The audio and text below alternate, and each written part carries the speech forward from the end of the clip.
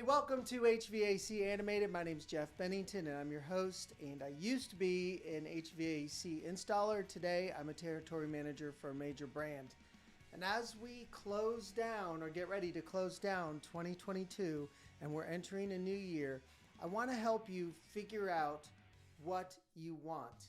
So when we come back, we're going to dig into some questions that I think, from my experience in the industry and working with 30 dealers every year, I think they're important questions to ask that can help you give yourself some direction and meet your goals into the coming year and years ahead.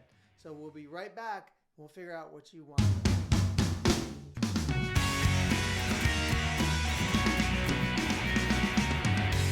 Hey, welcome back to HVAC Animated. Today we're going to figure out what you want, and I'm going to work with you to help you ask some questions that will help give you some guidance and help you to formulate a plan to get what you want. Now, I don't know you, and I don't know your heating and cooling company. I don't know if you're a technician, if you work in the office, if you're second or third generation heating and cooling company owner, or if you're thinking about going off on your own. So just understand that my audience could be very diverse. So I'm talking to you, but I'm also talking to other people, but I'm going to try to address all your issues. But here's what I do know. No matter where you are, no matter where your company operates, and no matter where you are at your level of experience, time owning a business, or even if you're just thinking about it, we all face the same hurdles. So what are some of the hurdles? Sales hurdles, management and leadership hurdles, financial hurdles, knowledge hurdles, employee hurdles, legal hurdles. We all face hurdles in this industry, no matter what your position, no matter what size of heating and cooling company you own. But regardless of the hurdles that you face, you still need direction and you still need a plan. You need to know, where are you going? Because think of it like this. If I wanted to travel wherever, I'm in the United States, wherever you are, if you wanted to go due west, you're going to have a certain terrain that you're going to have to cover, right? So you need to think about that and plan for that and map out how you're going to get from point A to point B. If you want to go due east, you could have a completely different terrain and set of obstacles and weather conditions that you need to overcome. Well, this is true in your heating and cooling company, because not everybody wants the same thing. And so what I want to ask you today, the big question, and I think this is going to be important for you to think about as you enter 2022, what do you want? Not just what do you want for your business, but that question for your business has to start with you. What do you want personally from your business? What is the means? Well, what is the end that your business is a means to get there? So here's some things to ask yourself. If the HVAC, if the success of your business starts with knowing what you want, here are some things that you could ask. Do I want a freedom lifestyle? Do I want a small business where I'm free to vacation with my family? I'm free to be done at 4 o'clock every day so that I don't miss any of my kids' ball games or events or school functions. Do you homeschool and want to incorporate your family into that business and still have a happy family? So that would be like a freedom lifestyle. Is that what you want for your business? Do you want financial freedom? Do you want to retire early and sell your business for millions? Just those two goals right there alone one's going to steer you in one direction, and that the goal for the other is going to take your business and how you live your life in a completely other direction. But there's a lot of other questions to ask, because those aren't the only two options. I work with about 30 dealers, and they all have different goals. Many of them are doing a lot of the same things, but it's by chance that they do that. But in general, they all have a different set of goals of what they want for themselves and what they want for their family and the future of the business. So here's some other ones. Do you want a high quality, integrity-based company that offers your community a value option where you're connected to the community and you do such good work that everyone just calls you? Excuse me. Because I know people that run a business like that and they don't advertise. They don't even have the name of their company on the truck. It's an amazing story. I love telling it. 4 guys who bring in the same revenue of, let's say, a company of 12. Imagine that. The man that runs that company knows what he wants. He's getting exactly what he wants because he's very disciplined. So are you disciplined enough with your business to be focused and driven and a good enough planner and leader to get what you want? Here's some more questions. Do you want a business to pass down to your family? Do you want a business that has a lot of value that you can sell? Do you want to serve a few niche customers? Or do you want to serve as many people as possible, covering multiple counties? How big do you want to get? How small do you want to keep your business? Do you want to manage a few people? Or do you want to manage a lot of employees? A dozen? Many dozens? Hundreds? What do you want? I think these are really important questions to ask because one of the deficiencies that I see among owners is they want one thing, but they're really going after another. And without the very focused, very laser focused goals, that I find that they're going for something. They may not know exactly what it is. Do you want sole ownership or do you want employee ownership? See, that's an important question because here's what I find, and it's my belief that this is a little bit of a mistake. Owners want the very best employees working for them. They want people that are committed and dedicated and will go above and beyond and work those late hours and give up their weekends on call. And yet they hang on to 100% equity of that company. And if you want a sole proprietorship where you are the sole owner, and let's say you and your wife have 100% combined equity of that business, it's going to be hard to demand ownership-like properties and traits from your employees when you don't want to give up any of the equity of that business. So it's important to ask, what do you want? I think a lot of people have conflicting wants with how they run their business. So if I want, just like I use that example, I want the very best people, but I don't want to give them any equity. Well, what do you think the very best people want? Do you think the very best people want to give their life to you for your dreams? What about their dreams? Do you even care about their dreams? Do you want the very best people to feel like when they give up their life and their time and their nights for you, that they get something of value in return?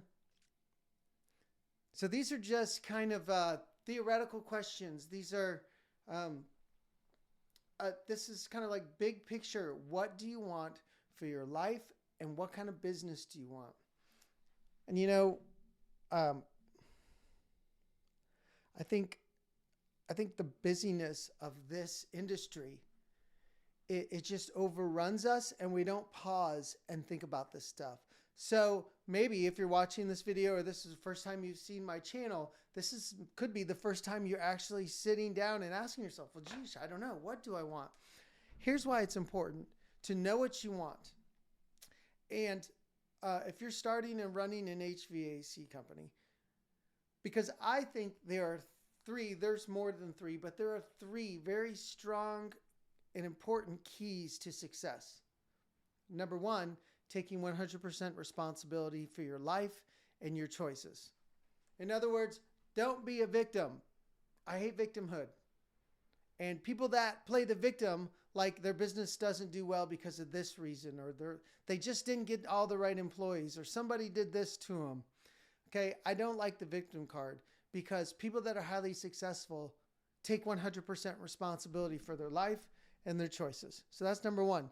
Number two is highly successful people get laser focused on their goals. They get laser focused on their goals. They understand what they want and they map out a plan to get there. And then they do it and they follow that plan step by step by step. And the third, and to me, the more important step for success is to have a greater purpose.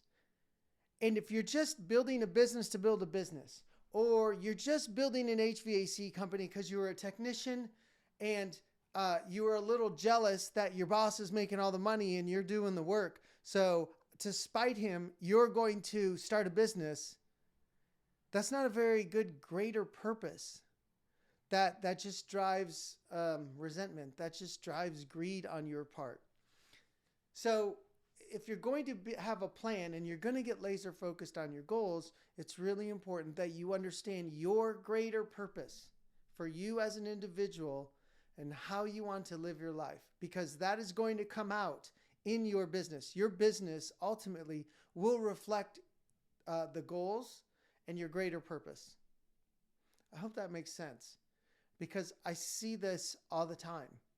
By the way, that owner that I told you about, where there's 4 people and they can generate the same revenue as a business of 12, they know what they want. They have very specific goals. They 50% at least of the employees out of those 4 are very driven with a singular purpose. And that makes all the difference to them. And if you have never thought about what's my greater purpose, how do I apply that to my business, you could just be doing a business and stuff's just happening. And we'll wrap up with that thought here in a minute. But it's important for you to know what you want, because you can't set goals, right? You can't build a roadmap if you don't know what you want. So if you're trying to run a business and more calls come and you're doing a good job, and you get busier and you're busier and you're hiring more people and you're starting to hate it more and more and more because the business is just overrunning your life and your family and your time, but yet you want the first example, the example of a freedom lifestyle, well, you're not setting goals. You're not creating a roadmap. You're just letting life and work happen to you. So this is why it's so important. And the reason it's important is because I see this happen. I see people get overrun and they're creating something that they don't want. And a lot of owners are creating something they don't want because they don't think about what they do want. So this is why we want to ask the question, what do you want? So that you can set goals and so that you can draw out a roadmap to get what you want. So now that you've answered the question, what you want, and you've answered the question, what is my greater purpose? It's time for you to ask, what do I need to know to accomplish that? So let's say you decide this is the type of business that I want, and you create some parameters and you create a goal. And let's say you even go so far as to create a time horizon of when you would like to hit that goal, which is great. That's taking that's taking goal setting to the next level, which is wonderful. And that you can look at, every few months and every couple of years that you're just getting closer and closer to your goals. That's excellent. But another question you need to ask yourself that a lot of business owners and individuals in general don't ask is, but what does it take for me to be able to do those things? In other words, if you're a technician and you want to go into business, it doesn't matter if you're a great technician. That skill is only going to last you that's only going to carry you so far until now you need to start learning accounting principles. So that's just an example. That's a first step. How am I going to take in this revenue? Let's say your first year, you think it's going great. You're busy. You're getting calls. There's no end in sight to the work that you have. And you've generated $500,000 in revenue. You've never seen so much money in your checking account in your life. You need to know a little bit about accounting and taxes. And even if you pass it over to an accountant to handle it, you still need to understand what's going on and the consequences of taxes and revenue and overhead and your top line and your bottom line, right? You've got to start learning those business practices, those business principles and accounting principles, because you're no longer just a technician. You're a business owner. You got to learn business. And then once you get your first couple employees, you got to learn about accounting for employees and how their taxes come into play and the fact that you're actually got to pay for part of their taxes. And then you get more people and you got to start learning to lead and guide and train all kinds of skills that you didn't have before. And a lot of times people don't realize that learning and that skill building never ends. It never ends. Perfect example, this year, the Department of Energy is doing their 7-year flip where they're creating new standards of efficiency. So that's just another example of things happen out there in the industry that you have to learn and get retrained on and learn more about what's going on because it affects your business. And you need to learn how to lead people, once you have managers, how to manage people. So you don't just set goals. You then set goals and then you figure out, what do I need to look like as an individual to be able to accomplish those goals if I'm not equipped with my current knowledge and skills to do that? Does that make sense? Yeah. Shake your head this way if it does. Great. Okay. So who you are today may not be the person required to accomplish what you want to accomplish with your greater purpose. Now, another question to ask yourself: are you stubborn? Are you going to do things your way? Are you willing to learn something new? Are you willing to pay someone to teach you? Here's something I've seen through my family's business and through the dozens of dealers that I work with. People pay to learn how to run a successful business one way or another. Now, you might be saying to yourself, well, I'm in business to make money, not to spend money. Well, no. In this business, you're going to learn how to have a profitable business one way or another.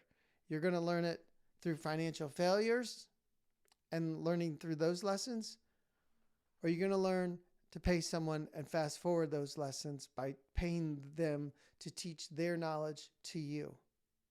So these are things to think about of, this is what I want. What does it take for me to get there? And how am I going to get there? Through the school of hard knocks and all kinds of mistakes?